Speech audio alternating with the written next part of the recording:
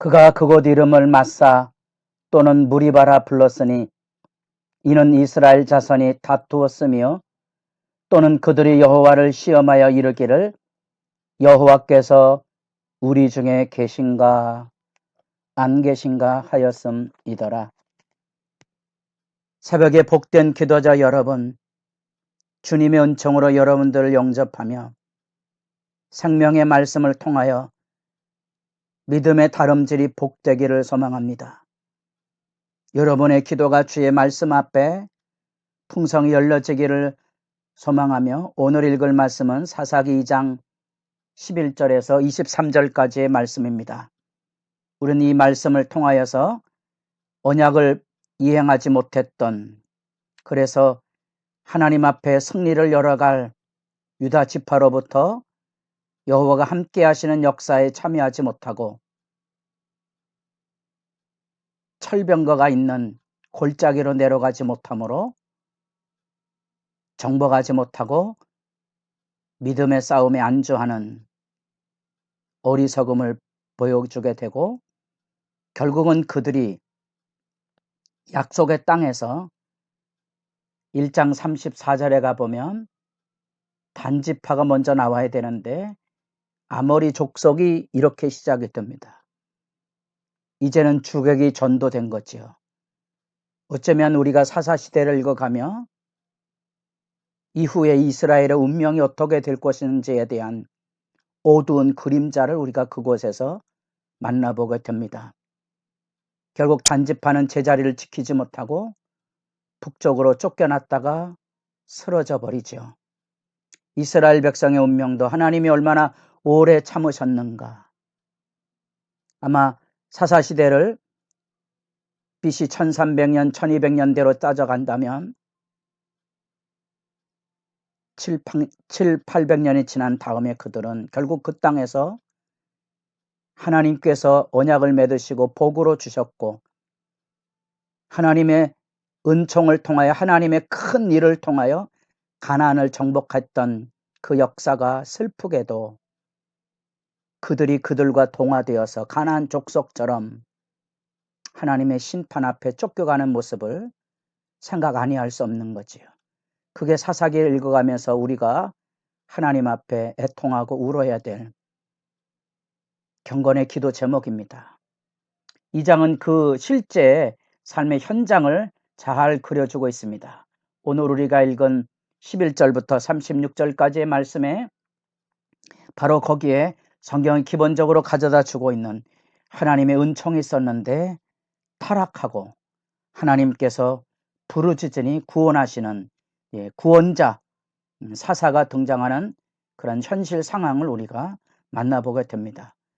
우리는 우리 한국 교회 현실 앞에서 지금 내 자신을 돌아보아도 세속화라는 어두운 그림자로 교회가 하나님의 말씀의 경건의 성숙보다는 세상의 현실에 매달려 끌려가고 있는 교회 몰락의 모습, 신앙 몰락의 모습 앞에 우리가 아파하는 현장 안에 서 있습니다. 새벽 기도를 인도할 때마다 늘 하나님 앞에 죄송스럽고 부끄럽고 또 미래에 대한 어둠을 마음에 만나게 되는데 기도하는 사람들이 얼마나 될까? 그것에 대한 아픔입니다. 교회 몰락이 결국 기도의 자리를 통하여 나타난다고 보여지는 거죠. 여러분은 어떤 생각을 하고 있습니까? 건강하고 보탬 신앙생활을 하고 있습니까? 2장 10절에 나타난 대로 그 후에 일어난 다른 세대는 여호와를 알지 못하며 신앙의 감격과 열정이 다음 세대에 우리의 자녀들에게 젊은 세대에게 전수가 되지 않고 있다는 사실이죠. 왠지 자꾸 모양만 남은 종교의 모습으로 퇴색돼가는 안타까움을 여러분도 느끼고 있지 않습니까? 그 타락상에 대하여 성경은 명백하게 그 하나님의 언약에 기준한 2장 1절에서부터 3절까지의 언약 기소, 법정 고발하는 것처럼 그들이 12절에 애굽 땅에서 그들을 인도해내신 그들의 조상들의 하나님 여호와를 버리고 다른 신들 곧 그들의 주위에 있는 백성의 신들을 따라 그들에게 절하여 여호와를 진노하시게 하였으되 곧 그들이 여호와를 버리고 바알과 아스다롯을 섬겼으므로 이중으로 버리고 우상을 섬긴 이스라엘의 배역을 고발해주고 있는 장면이 중복된 말씀으로 나타나고 있습니다. 아픈 현실에 대한 고발입니다.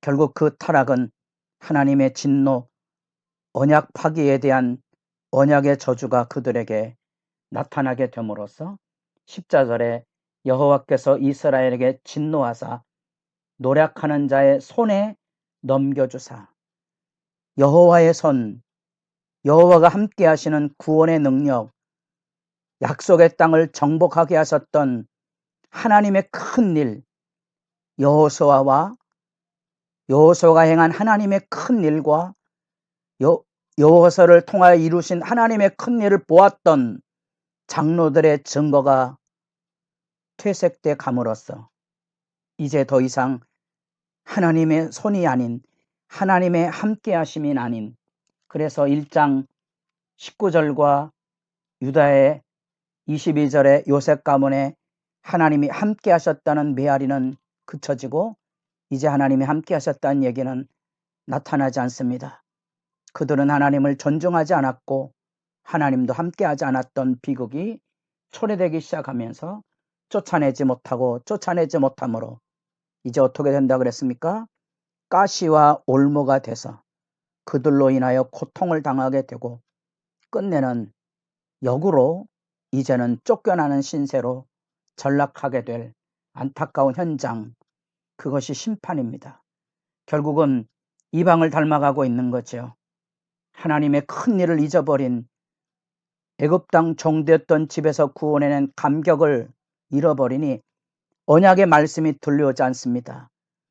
지금 우리도 십자가에서 이루신 하나님의 구원의 큰 일을 잊어버리면 우리가 성경이나 설교를 들어도 말씀의 감격이 살아나지 않는, 말씀의 메아리가 마음속에 울리지 않는 강팍함으로 얼룩질 수 있음을 기억하셔야 될 것입니다. 15절 그들이 어디로 가든지 여호와의 손이 그들에게 재앙을 내리시니 곧 여호와께서 말씀하신 것과 같고 여호와께서 그들에게 맹세하신 것과 같아서 그들의 괴로움이 심하였더라. 하나님의 진노에 넘겨짐 앞에 그들은 결국 하나님 앞에 부르짖을 수밖에 없었고 그 부르짖음에 대하여 하나님은 그 마음에 긍휼이 생기는 거지요. 그래서 복임이란 말,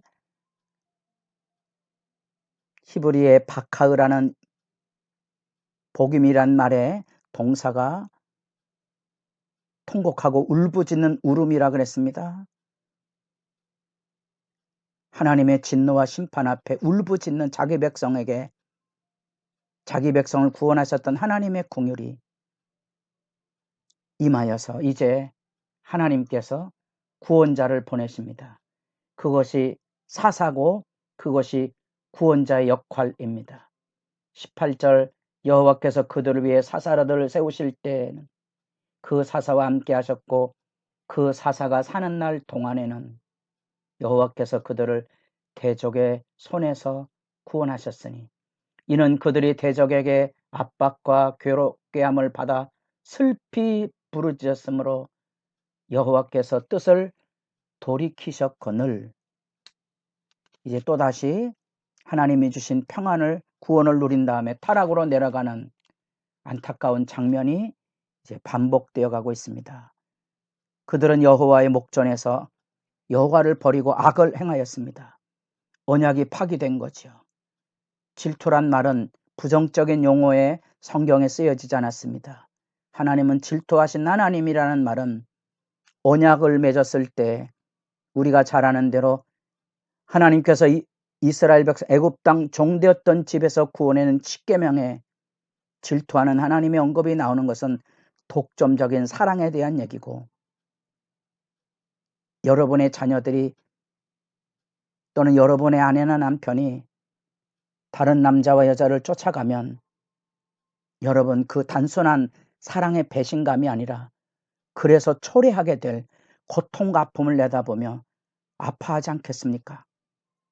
호세아서를 읽어가면서 질투란 말이 뭔 말인지를 아셔야 됩니다. 결국은 팔려갈 거거든요. 눈물 나는 얘기입니다.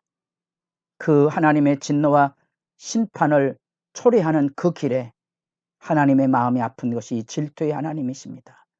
그래서 하나님께서 사자들을 보내시고 이후에는 선지자들을 보내서 일깨우시는 거죠. 하나님은 그런 과정을 통하여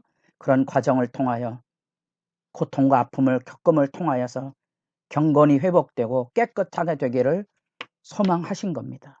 우리가 성경을 통하여 만나는 구원의 역사가 그것입니다. 우리가 하나님 앞에 귀담아 들어야 될 말씀입니다. 오늘도 우리 시대 안에 움직여져 가고 있는 이 죄악의 흐름을 말씀을 통하여 분별하시고 주님 앞에 엎드려 기도하는 거룩한 열정이 여러분 안에도 새로워지고, 여러분의 기도의 열정이 여러분의 자녀들에게도 믿음의 울림으로 남아 있어 경건의 운동이 어두워지지 않기를 진실로 소망합니다.